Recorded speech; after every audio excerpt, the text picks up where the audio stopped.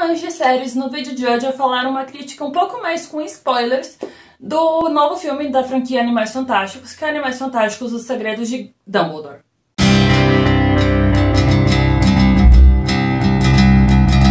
Antes de começar o vídeo, eu peço aqui para você curtir, compartilhar e também se inscrever no canal caso não seja inscrito. Também acessar as redes sociais e o site, estão linkados na descrição, para saber tudo o que está acontecendo na TV e no cinema, e também para conferir a crítica sem spoilers do filme que vai ser lançado em 14 de abril nos cinemas brasileiros. Então, para recapitular um pouco, né, Animais Fantásticos, Os Segredos de Dumbledore, ele se passa algum tempo depois de Os Crimes de Grindelwald, foi lançado em 2018 nos cinemas, e o antecessor, né, que é Os Crimes de Grindelwald, não é o meu filme favorito. Eu acho ele muito problemático, principalmente na questão de roteiro, que ele se estende demais. É um roteiro que falta alguns detalhes, né? A J.K. Rowling escreveu Os Crimes de Grindelwald sozinha, e nesse ela tem a ajuda do Stephen Kloves, que ajuda a melhorar muito a questão de beats, a questão das cenas, da agilidade, da dinâmica acontecendo, e tira um pouco, mas ainda predomina bastante, a questão de parecer um capítulo muito longo de um livro e não exatamente um filme, uma coisa mais ágil, uma adaptação realmente de uma história que tá na cabeça dela. Nesse sentido um pouco mais técnico também, eu acredito que o David Yates ele consegue trazer um pouco da magia que a gente viu em Animais Fantásticos em 2016, que é pra mim o melhor filme da franquia. Lembrando, né, eu acho, entrando num parênteses aqui bem rápido, que o grande problema dessa franquia, na verdade, é que tem o nome Animais Fantásticos, porque funcionaria muito melhor se fosse Animais Fantásticos e Onde Habitam, um filme solo, e tanto Os Crimes de Grindelwald quanto esse, Os Segredos de Dumbledore, quanto os dois próximos que estão sendo planejados, eles seriam muito mais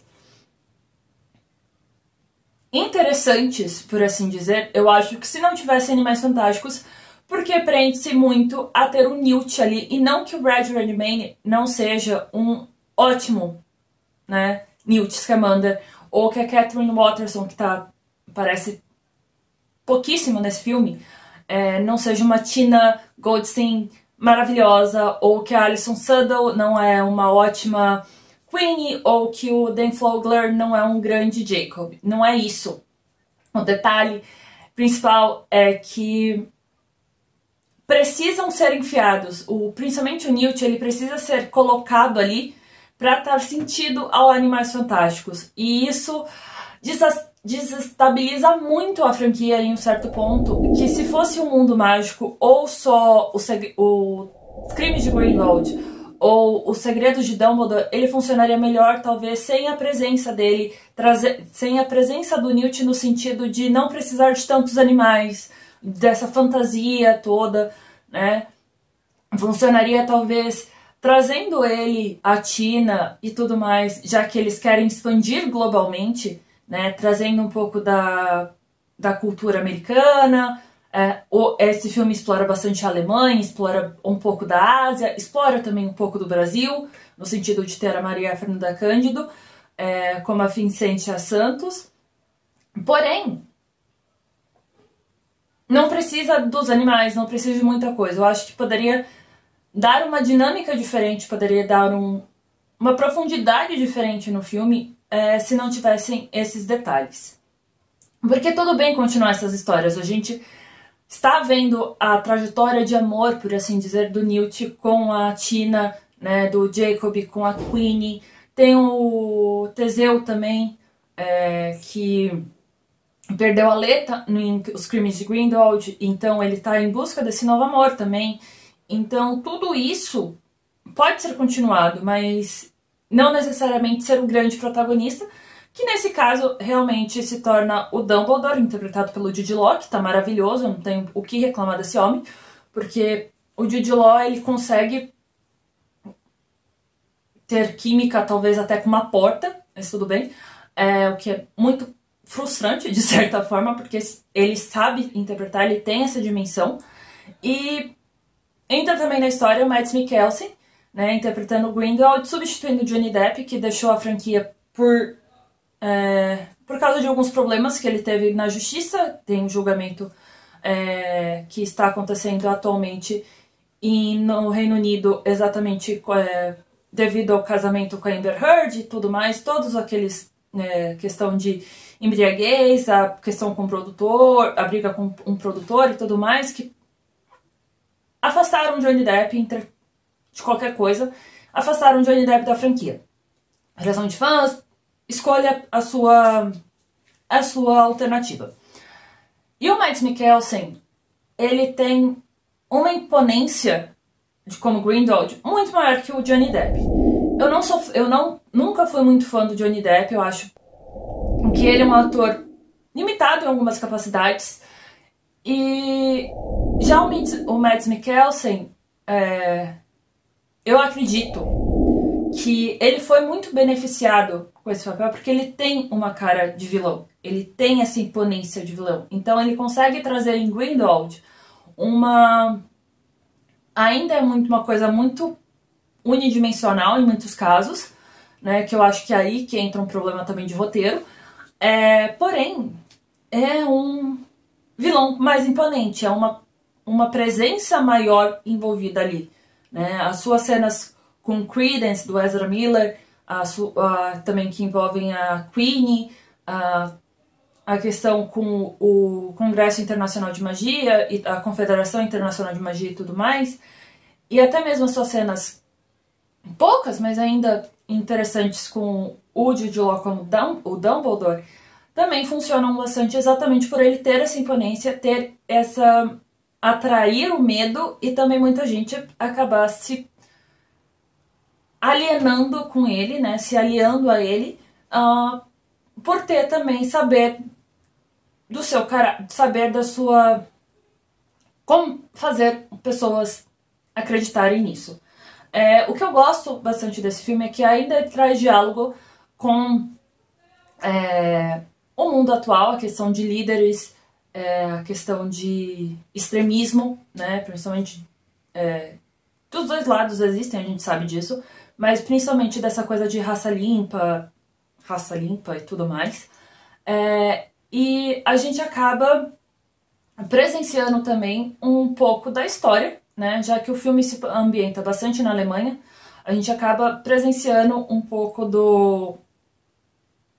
da ascensão do nazismo, que o Grindelwald, ele aparenta ser um líder, e quando eu digo líder não é um negócio bom, mas enfim, é uma figura... ele é uma figura parecida com Hitler, de muitas maneiras, né, dessa questão de nós contra eles, de extermínio e tudo mais, de uma raça, né? Então a gente percebe essa colocação, esse diálogo, essa conversa com a história real, né, a história da humanidade. Eu falei do Jude Law, que ele tá muito bem, o Mads Mikkelsen. Eu também preciso falar aqui que o Callum Turner, eu acho que ele tá muito mais confortável no papel de Teseu. E o Ed Redmayne, ele continua sendo o Newt perfeito. Eu gosto bastante das interações dos dois desse filme. Eu acho que eles estão reestabelecendo o laço fraterno, que é bem importante. Assim como o Dumbledore com o Aberforth no filme, também eles estão reestabelecendo ainda muito sutilmente. Eu acho que poderia forçar um pouco mais essa fraternidade. Porém, para aqueles que assistiram e sabem mais a fundo da mitologia, do universo de Harry Potter, eu acho que é uma boa adição dentro do universo, porque a gente viu pouquíssimo do Aberforth, né? A gente viu mais no sétimo livro, né? No 8º filme, principalmente, nos cinemas. E a gente, por exemplo, o público que não lê os livros, o público que não vai na Wikia, no fandom, não é mergulhado nesse universo, vai entender um pouco melhor, por exemplo, da história da Ariana, dos Dumbledore. Então, vai ser interessante dar uma dimensão maior ao Dumbledore, dar uma dimensão maior ao Aberforth. E falando de Dumbledore, né, da família Dumbledore, a gente precisa falar do Aurélio Dumbledore, que é o Credence, que tem uma resolução desse seu mistério muito interessante. Eu gosto dessa resolução. Eu compro mais do que ele ser um filho perdido, o quarto filho dos Dumbledore. Eu compro muito mais do que essa versão nova que deram, do que qualquer coisa. Ainda eu acho que falta detalhes, algumas informações para eu comprar de vez essa ideia. Mas isso eu não sei se vai ser explorado ou não nos próximos filmes, então, já que ele parece muito fechamentos de ciclos, porque aparentemente quando Animais Fantásticos começou, a J.K. Rowling mencionou que seriam 5 filmes. Esse parece um fechamento de um ciclo, e eu não sei até que ponto eles vão continuar uma nova passagem, né? Porque eu acho que é um pouco mais complicada, mas enfim. E nisso tudo também eu acho que engloba a história principalmente do Jacob, que ele continua sendo os olhos nossos, os olhos dos trouxas no mundo mágico, o que é bonito, encantador, engraçado, tudo que a gente precisa, tudo que a gente queria, né? Eu acho que esses olhos de trouxa continuam a ser surpreendentes, continuam a mostrar que a gente consegue se alimentar disso tudo, de certa forma. Falando esse momento trouxa, mas e nem tanto, tem cenas em Hogwarts e a trilha sonora também ajuda bastante, obviamente, a trazer essa nostalgia para o mundo de Harry Potter, para a franquia inicial.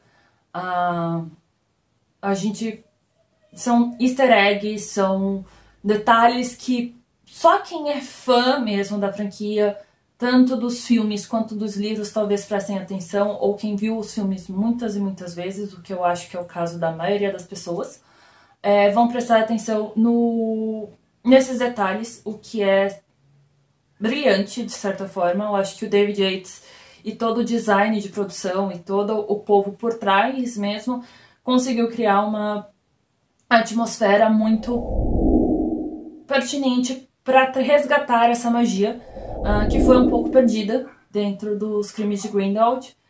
E eu espero muito, muito mesmo, que a J.K. Rowling fique apenas na história baseada. Aqui eu não vou entrar na questão dos comentários mais recentes dela sobre mulheres trans e tudo mais, só deixando claro, mas falando, né? Não falando, mas falando. Mulheres trans são mulheres, então respeito é bom, né? Mas mais que isso, porque ela não sabe escrever roteiro. Eu acho que esse é o principal problema desse filme, é isso. É o roteiro que parece um capítulo longo, como eu mencionei no começo do vídeo. Então, se ela se ater apenas a entregar o que ela deseja e outras pessoas irem escreverem, eu acho que vai dar muito mais sucesso, vai dar muito mais certo, porque roteiros é diferente de escrever um livro, né? Não em roteiros, em livros você tem alguns outros detalhes, você consegue explorar outras coisas que o roteiro em si de um filme, de uma série, tanto faz, não vai conseguir a fundo em muitos casos, porque tem a questão de visual, tem a questão de beats, tem a questão de um monte de termos técnicos que só quem vê um roteiro entende. Então, eu acho que ela precisa se atrelar a isso e, né, ficar nisso só da história baseada no que ela quer contar para outras pessoas para outras pessoas traduzirem o que ela quer. Resumindo, Animais Fantásticos, O Segredo de Dumbledore é melhor que os Crimes de Grindelwald. Eu acho que ele tem um pouco mais de segredos do que Grindelwald tinha de crimes. Nesse sentido, a gente sabe dos crimes de Grindelwald, mas ele não foi explorado. Eles não foram explorados no filme de 2018. Nesse, a gente entende os segredos. A questão do pacto entre Grindelwald e o Dumbledore é importante. Eu acho que a gente consegue dimensionar a questão dos dois como dois grandes bruxos.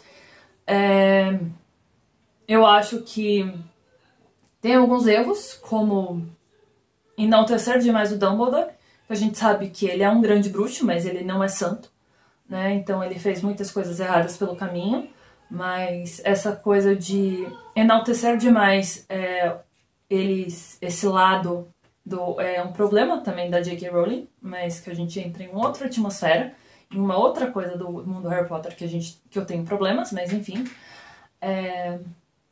Estou ansiosa sim para os próximos filmes, porque eu quero ver a conclusão dessa saga. E eu espero fortemente que a Warner busque outras alternativas também, que haja uma maneira de desvencilhar desse nome Animais Fantásticos, porque vai fazer muito melhor a franquia do que ficar mais 2 filmes somente nesse nome, já que, por mais encantador que seja ver o Pelúcio, o Tronquilho e outros tantos animais fantásticos, eu acredito que canse um pouco no sentido de até que ponto vão precisar ser inseridos, esses bichos serem inseridos, para que haja uma narrativa, né? Então, no fim é isso. Eu espero que você curta, que você compartilhe, que você se inscreva no canal caso não seja inscrito. Acessar também as redes sociais e o site estão linkados na descrição para saber tudo o que está acontecendo no mundo do cinema e da TV. Não deixe de ir ao cinema. O filme estreia em 14 de abril nos cinemas brasileiros. Deve chegar em maio, mais ou menos, no fim de maio, na HBO Max. Então, se você quiser esperar, já estará em breve disponível numa plataforma de streaming fácil. E até a